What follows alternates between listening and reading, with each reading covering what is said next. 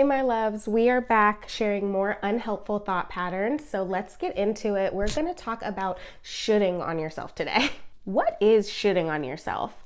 Shoulding on yourself sounds like I should be done with this project. I shouldn't be thinking so much about them. I should be over this heartbreak right now. I shouldn't be this emotional. My boss should understand I can't always work late. I should be getting paid more. I should be able to handle this problem. I should have known better.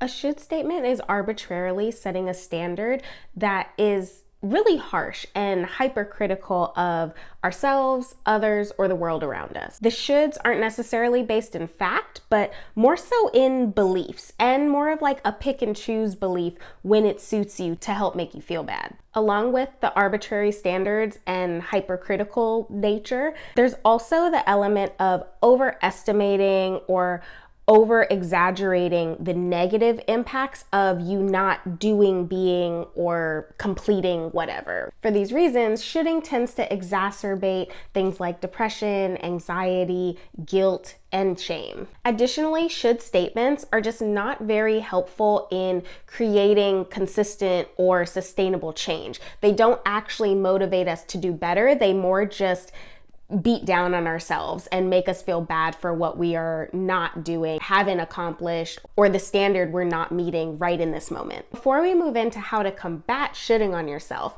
I just want to touch on one topic real quick. I just want to note that should statements are often coming out of our own judgments about life, about ourselves, about others, and largely they're stemming from our core beliefs. And our core beliefs are like those main building blocks of beliefs that make up how we think about life, how we think about the world. For example, if you're moving through grief and your should statement is, I should be over this by now, there's this element of judging our emotions and judging how fast we're moving through such a difficult topic such as grief. The ironic thing about judging emotions is that the more we judge negative or uncomfortable emotions, it's almost like the more that emotion wants to hang on to us and not let go, because then we're not giving that emotion space. The key to note here is that most of our core beliefs are very limiting. Noticing your should statements can actually help you backtrack and identify those core beliefs that are limiting. And when we can identify them, we can actually shift them into being beliefs that are more helpful of what we're really trying to create into this world. So we're going to jump into how do we combat shoulding on yourself. Well, I'll start by saying that we need to notice it. In order to fix something, we always need to notice it. So start noticing when those should statements come up for you.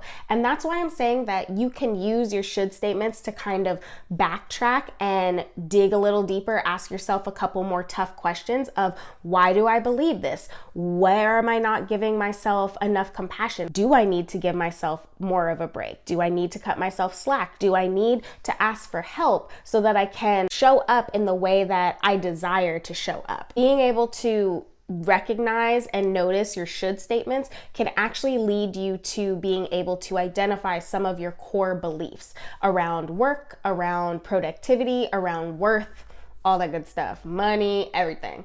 And core belief work is something I do with all of my clients. Like all of my coaching clients, we will do some digging into what are your core beliefs, let's identify them, and let's shift your unhealthy limiting beliefs to something more positive, something more helpful. At any rate, if you notice that you are shoulding on yourself, you can start to take into account what are your should statements, what do those look like, and how often are they coming up. After you notice them, you can start to do those hard questions like I just mentioned before around digging deeper to figure out your core belief, because I do believe that there's some of that work in this. We need to find the stem, like where is it stemming from? Where is our belief that I should do X, Y, and Z stemming from? Because as my mom used to say, all I really have to do is eat, shit, and die. So combating shoulding on yourself, notice when you're shoulding on yourself.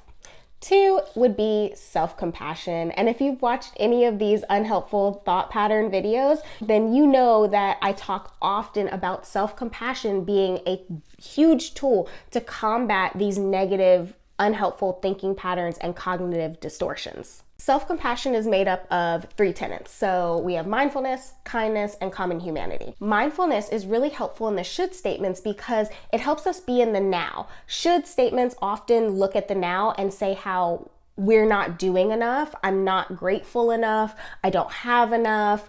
There's a lot of lack mentality when it comes to I should be X, Y, and Z. If we're able to pinpoint that, we can also say, okay, let's just be in the now. Let's take a breath and be grateful for how far I have come, for what I have accomplished, for what I am doing, for the energy I do have, whatever. But being mindful and practicing mindfulness really helps take a little bit of the pressure off of the should statements and even helps us to recognize, why am I shoulding myself? 3 is the kindness factor, right? Is noticing, when we're judging our emotions, when we're judging the state we're in life, it's usually us being very hard on ourselves and not taking into account why certain things are like that, why it's so difficult, or even just human nature. And then we go into the common humanity of self-compassion. But like, humans, it's difficult to grieve. Sometimes it's difficult to be motivated. Sometimes it's difficult to, pass that test or focus when you're dealing with heartbreak or grief. There's all types of reasons that humans are not able to do what we believe we should be able to do. To give ourselves compassion for that, to give ourselves compassion for just being human and saying, okay, what can I do? That is a really helpful tool. So with that, I'll go into my 4th way to combat should statements, and that is to replace the should statements with I can or I could X, Y, and Z. So essentially you're coming up with a lot of possible solutions or suggestions that are a little bit kinder, hopefully, and a little bit more problem solving rather than problem oriented, right? We're looking at what are the solutions instead of focusing on the problem. Like I said, catastrophizing comes up a bit because we're looking at and we're over exaggerating the negative impact that us not doing a task, not being, not whatevering has had on our life. In a statement like, I should be a less overstimulated mom, we have to take into account the stress, the high stress situation of being a mom. And if you're a stay-at-home mom or if you're with toddlers all day, how many times a day you're interrupted from doing one task to another, how your cortisol is raising in your body, how hormones are going crazy, especially if you're in a semi-new postpartum phase.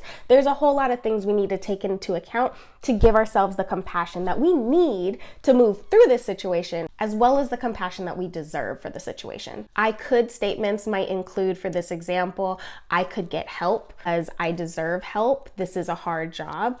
It could be, I can do some deep breathing exercises next time I get overly upset or overly stressed. Coming up with those solutions, just considering in your mind some possible solutions instead of focusing on the poor result that you think will happen or that has currently happened, refocus. So babe, stop shitting on yourself because you deserve a lot better. And it's just not a very helpful way of thinking about life and going about life.